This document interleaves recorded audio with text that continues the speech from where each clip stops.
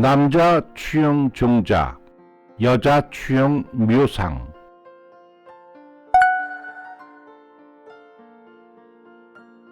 남편과 아내. 남자 취형 종자, 여자 취형 묘상이란 말은 남자의 본, 여자의 본이라는 의미로 서로 끌리는 남과 여를 가리킨다고 들었다. 근행에 부부를 점지하러 왔었으므로 이것이 이 세상의 시초이니라 라고 가르쳐 주셨다. 화목한 부부야말로 즐거운 삶의 시작, 근원이라는 것이리라. 부부는 전생인연 모아서 수호한다고 가르쳐 주셨다. 부부가 된다는 것은 우연이 아니고 오래전부터 깊은 연이 있다는 것이다. 어떤 사람과 연이 있는지 그것이 가장 문제일 것이다. 부부는 서로 닮는다고 하는데 버릇과 나쁜 성품까지도 닮은 덕이 가득한 조합이 많다. 다정한 남편의 상냥한 아내, 유능한 남편의 부지런한 아내, 기벽이 있는 남편의 기벽이 있는 아내, 칠칠치 못한 남편의 칠칠치 못한 아내. 어울리지 않는 사람은 절연의 원인이라고도 한다.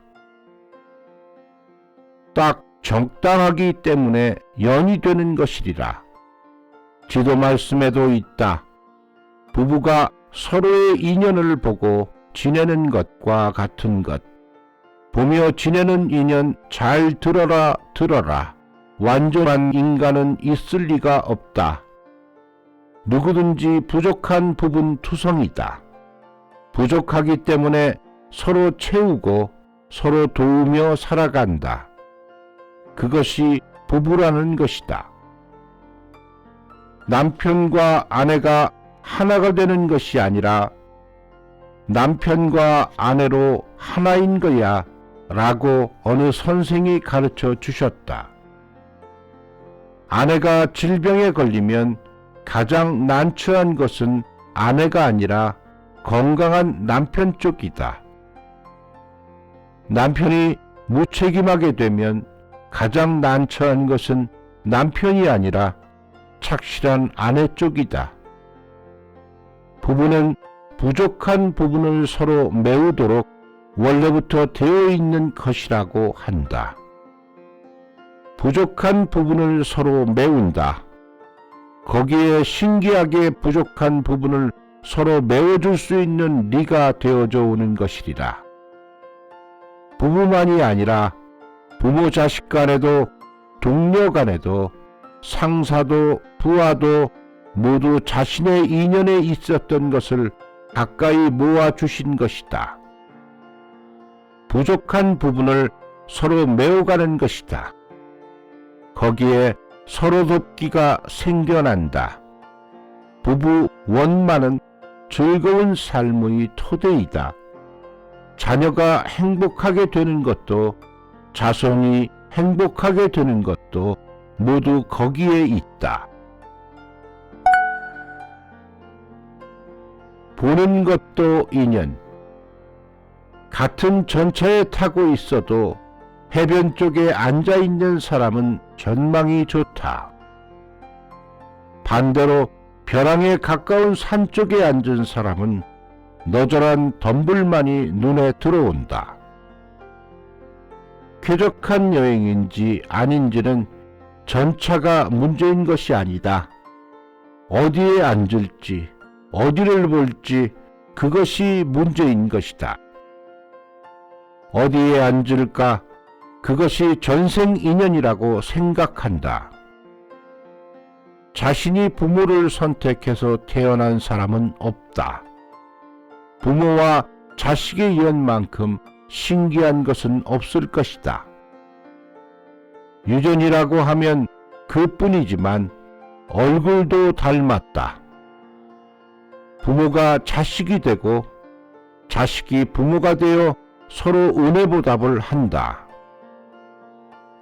전생에 기쁜 인연이 있기 때문에 얼굴도 닮게 했다고 들었다. 태어난 집, 부모, 형제, 부부 모두 전생 인연일 것이다. 연이 깊은 사람일수록 가까이 있다.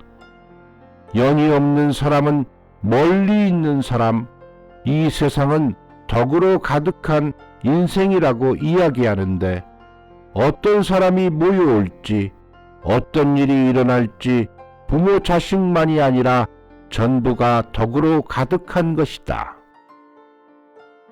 나날이 어떤 사람을 볼지, 어떤 것을 볼지 보이는 것을 문제라고 하는데 사실은 자기 자신의 인연을 보여주시고 있다는 것을 알았으면 한다. 어른이라도 인연이 다르면 같은 것을 보아도 십인 십색, 견해는 각양각색이리라. 행복하게 되는 사람, 불행하게 되는 사람의 차이를 이 길의 어느 선배는 이렇게 말했다. 덕이 있는 사람은 남의 장점이 잘 보인다. 작은 것을 크게 기뻐한다. 남을 구제할 마음이 솟아난다. 곤란해도 곤란하다고 생각하지 않고 그것을 씨앗으로 삼아 운명을 개척한다. 덕이 없는 사람은 남의 결점이 잘 보인다. 언제나 불평을 한다. 불행의 원인을 남의 탓으로 돌린다. 고생을 싫어한다. 이 길은 마음 하나의 길, 마음이 바뀌면 리가 바뀐다고 가르쳐 주셨다. 덕이 있는 사람의 견해나 삶의 방식을 흉내라도 냈으면 한다. 그런 가운데 즐거운 삶이 한 걸음 한 걸음 다가오는 것이 아닐까.